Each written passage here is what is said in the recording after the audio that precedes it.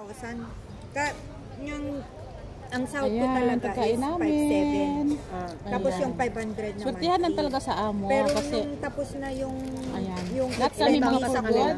At siya nga nag-forgood na malaki ang sahod niya sa amo niya. So dito sa Hong Kong, ang minimum na sahod is 4,630. But pag nakasambak na ng amo, mabait, galante, at lalo na pag mayaman ng amo. Mayaman siguro amo niya, no? Hindi mayaman. 10,000 ang sahod niya, Hong Kong dollars. Ano sana yun? Public all. Ikaw ate no, malaki rin ang sahod niya. Matagal na siya dito. Ilang taong ka na dito, te? 1995. Oh my God! 1995 pa siya! Yung pinakamatagal na naging amo mo, te? Malaki na long service. May LS na siya. Ayan, swertihan lang sa amo talaga dito. Kasi kahit ganun ang sahod dito, pero mayroon pa rin talagang mga amo na, hindi kasi pare-pareho ang mga amo, may mga galante. May mga galante talaga pagdating sa sahod. Yung katulad sa kanya. Sa kanya, ano talaga, so 10,000 Hong Kong dollars. Pero ano talaga dito is 4,630 na sa kontrata. Yun lang talaga ang sinusunod yan sa mga kuripot. Yan, sa mga nagkikwenta. Di ba pag tayo, kahit malaki yung sahod natin, kung breadwinner ka is wala, di ba? Mahirap mag-ipon. Lahat tayo breadwinner. May anak ka po ate isa. Yung asawa ko nasa breadwinner Taiwan. of the family. Sa Taiwan malaki ang ano niya. Mostly of the OFW ay breadwinner. Yan. Malaki pag-uti, factory. Pero kung malaki, mas malaking sahod. Galing Mas no? malaking sahod natin. Ano, may nakakausap din ako rin talaga na ang sahod niya malaki. 1,000 naman sa kanya. Sabi ko, bakit sa inyo 1,000? Eh kami 4,000 lang. Hindi, nasa amo yan. Swerte lang talaga. Kurtihan lang talaga kasi may amo talaga na yung galante ba? Puro minimum ang sahod. Oo, kasi hindi ba dito, ang sinusunod lang nila yung sa kontrata. Yung kontrata. Kontrata lang talaga ang ano nila dito. Yung swerte mo na pag may amo ka na ano. Kaya ayoko ng bread ng umaga kasi matigas eh. Ito? Luma Ito? na. Gusto ko nga ito. Ganito talaga siya. Ayoko. Ganito talaga siya matigas. Ano ito yung Ate, tawag dito? Anong nilalagay dito? Ano ba to? Para saan ito? Ay, ito pala yung pan. Nakalimutan ko anong tawag nitong tinapay nito. Yung ganito siya oh. Maalat. Toasted. Maalat-alat na. Toasted. Hindi, may tawag nito eh. English muffin. May tawag nito na muffin. English muffin yan. Ganito talaga ang ano niya, makunat. Makunat siya. Pero masarap. Pero yung iba ayaw nila. Katulad niya ayaw niya. English muffin. Ate, yung 20 years mo ba, binigyan ka ng regalo yung amo mo? Dalawa namin kasama nandun no. Yung alahas, gano'n o. Ay, nagbibigay siya ng... Kanina ko pa hinahanap kasi wala silang ganong dala. Di ba sabi nila? Pasa ko sana yung iba kong gamit. Kasi wala talaga akong pambayad. Pinadala ko na sa Pilipinas. Ipadala pa sa amin. May long service ka na no. Yung sa 20. Anong ginawa mo sa long service mo Ang na? laki diba pag may long service ka? Siyempre, hindi ako umuutang sa bangko kasi wala naman kami nilikuhan. Talaga. Umuutang ako sa kanya. Nung nakapasok lahat ng mga anak ko ng trabaho, 4 sila. Alam mo, pag breadwinner talaga, pag ikaw Nung naman kwan sa, na, mahirapan ka talaga. Ibawas niya na lang sa LS ko. Ayun, nung umalis ako, may 30 ako nakuha. Kalahati. Kasi alam mo, malaki ang... Kasi dito pag 5 years ka Nagsobra na, ako dun sa LS ko. mayroon ka ng long service, Pero, ay bayad ka na nun. Kasi Parang konsiderasyon na lang. Pero, depende sa amo. Pasok na sila Kasi sa merong trabaho, iba, hindi nagbabawas nagbibigay. ako na buwan-buwan yung sahod ko. Mayroong iba dito na matagal Para na hindi mabawasan nagbibigay. yung ano. Hanggang lumapas ako sa LS ng utang. Kasi naman umutang ako sa labas. Oo, bangko. Hindi ka pa nakatry utang sa 19 years mo dito? Sa bangka? Oo. Posible. Naka-try, Wow. di ba? Hindi, sa totoo lang.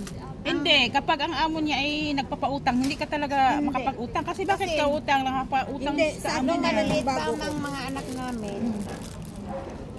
Siyempre, Siyempre, magkano pa lang ang ano nila noon, di ba? Hindi ako umutang kasi may bukid kami at saka yung maisan. Ako hindi ko talaga At saka lang ako, So pag uwi mo ate, at ano saka na plano lang mo? ako, inaantay ko lang ang sahod ko. At saka na lang ako humiram kay amo. Kasi yung dalawa kong panganay, puro nursing na eh. Yung second year na yung panganay, pangalawa sa nursing. Kasi puro silang nursing yung dalawang panganay. Ayun, umuwi ako. Paano na yan mama? Sabi niyang gano'n. Si ating mag-a-apply. Pagka-graduate ko, maka-continue pa akong review. Hindi kita masagot. Doon ako nakumpisa kay amo to. Talagang paaral ka talaga, no? Doon ako nakumpisa kay amo. Sinabi ko naman kung pwede lang. Kung ayaw mo akong pautangin, punta ako sa utangan. Kasi malaki ang kailangan. Kasi minsan alam mo ate, pag tayong mga OFW, huwag kang mahiya kung evil man yung amo mo. At least may open Hindi, mo. basta May open mo. Kung tutulungan ka mabuti. Guys, yun ang dapat ang option natin una. Amo muna bago amo muna bago sa mga utang-utang. Pero nakapangutang ka dito?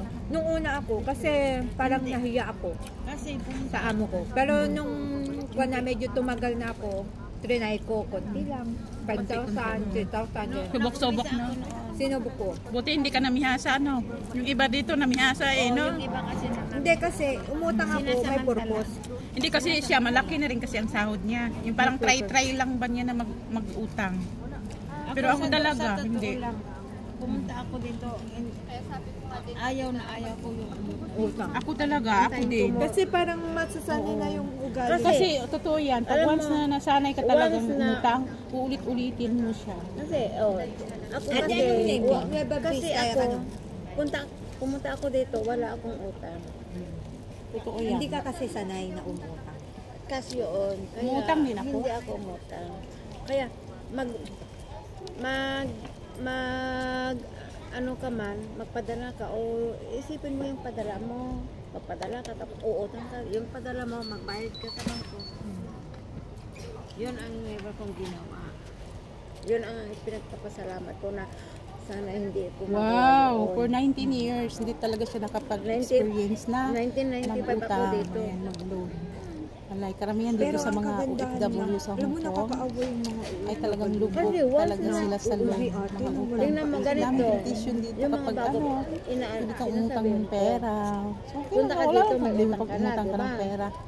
Basta Yung gamit mo. siya, like paano ka ng bahay, patayo ka ng bahay. Diba? Siyempre bayaran mo yun. Nagpaano ka, nagtawag neto, yung iba kasi may bili kang utang sila lupa, sa Pinas. palayan, yan, okay, parang investment. Bago Pero sila dito, ang mahirap lang kasi, kasi makautang ka utang na. ka para pambili mo lang ng Mura na cellphone, sila. Paano yung pambili mo na binabayaran sa ano Pinas? yan, mga Magpadala ka damit, pa sa diba? pamilya Yun mo. ang hindi Hindi, maganda. di ba? Pero kung sa Pag investment utang ka, ka, kwan mo naman yung I-budget ibabudget mo. mo. I-budget mo. Pero yung so nasa ano naman yun, may mga employer Kasi dito parang na nagsusocial nag-o-offer sila na ano, tulad ni ate. tapos wag kang Hindi siya nakapag-try sa 19 years, hindi siya nag-try ng mangutang kasi hindi niya habit ang mangutang. At saka, At saka inopera naman siya. Yung mga amo kasi, Huwag kang nag-o-offer na piliin mo yung kapag may kwan, mga yung emergency, nagpapautang sila. makasama mo. Kasi kung Hindi na yung kailangan kasama mo is uutang doon sa magastos, bangko-bangko dito. mapipilitan Diba? kang gagastos. Ang hirap kaya Hindi, ayaw ko nang ganun. yung iba dito lubog sa utang. Pinsan Alam mo, ko. pagka once na kasi First na cousin ko, ginawa second ng utang, yung iba second parang cousin din ang asawa ano ko. kasi ang David kasi Matagal siya sa pa. dito. Talaga pa. Pag once kasi na utang, parang gusto mo na lang umutang lagi. So, Kasi wala namang nagkapit-bahay punta, bili mo lang ng namin sa lipstick. Pinas. First cousin ko, second cousin naman ako. Pero okay lang mangutang basta Ganon. ano, Alam mo may talaga. magandang pinapuntahan yung Alam income. kung sino. Bili ka ng lupa, Pagdating ko dito, sakyan, alam ka ko ng nang marami bahay. siyang utang. Nung naka-3 na ako, Yung iba tinawagan dito, ako. Utang. umutang, Uutang daw ako para sa kanya. ang dahil lubog sa utang. Kahit ilang beses Minsan na dahil ako sa lubog sa kasalanan. utang, magulo na yung Oo, utang magpinsan nila. tayo. Mm. Alam ko na nga Ganun eh. lang, mayroong nagpakamatay kasi nga Kahit dahil ilang lang daw beses sa na akong kasuklaman. utang. Yung mga utang. Mas maganda na bigyan mo na lang Ano? kaysa pautangin mo. Kapag nakakapagulo Yung talaga kapatid sa niya na pumunta dito, isip mo yung nakasabay ko. utang. Yun. Hindi talaga maganda. Sinagip ko siya ng yung Pagka Pacific ang eh. utang ay nagiging Kasi big akyat sila noon eh. Maakyat sila. Uso ang akyat noon. Oh? Hindi bawal yun. Akyat yung kanang kolektor, mag-bedorkel niya. Oh? Oo. Pero ngayon hindi na. In-stylean, inano ako yun. In-stylean ako. Je, na, minsan, ganito. Pwede bang irimitan mo ako? Ako naman, oo.